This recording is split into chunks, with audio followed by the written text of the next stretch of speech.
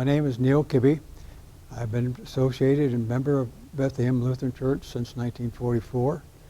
And at that particular time, the reason I got associated with the church was I become friends of Pastor Benson's son, oldest son. And we met at Oak Park School, which was then at the corner of Webster and Rose Street.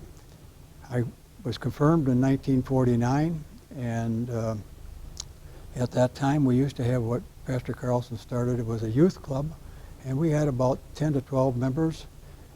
And one of our members was Fred Schmidt, who was a longtime member here.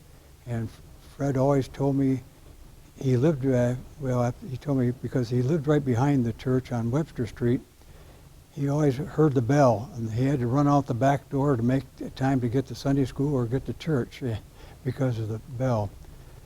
The bell that we have here in the gathering area was a bell from that church, and that bell, when we used to ring it as a young man going to Sunday school, used to pull me right off of the floor.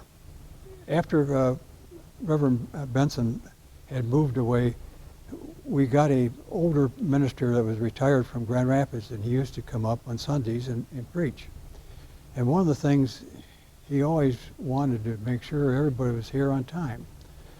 So as he stood up looking straight north on the altar of the old church, you could look right down Washington Street, and he could see everybody that was coming in. No matter where he was in the service, he would stop, and he'd say, "Come right up front. We got plenty of seats up front." And it only took a couple weeks, and everybody was here on time after that.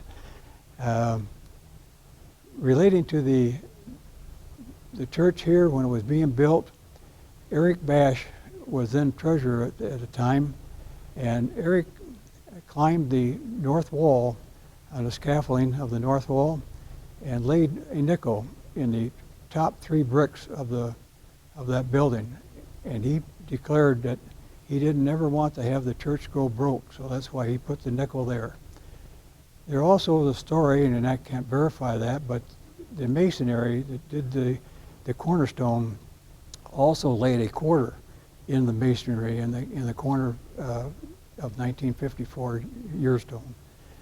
Boy Scout club was formed back in the early 1950s, and by Tony Helkachusas, and that was carried through up to, I believe, into the 70s, and then it had been another troop had taken over that portion of that Boy Scout club. Back about, say about 15, 16 years ago, I found a bunch of the old records and stuff been put in boxes and here and there and everywhere. And so I kind of gathered them together, and I just automatically became the point man for being a historian. It wasn't by accident, it was more by accident, I should say, than by being appointed to do so.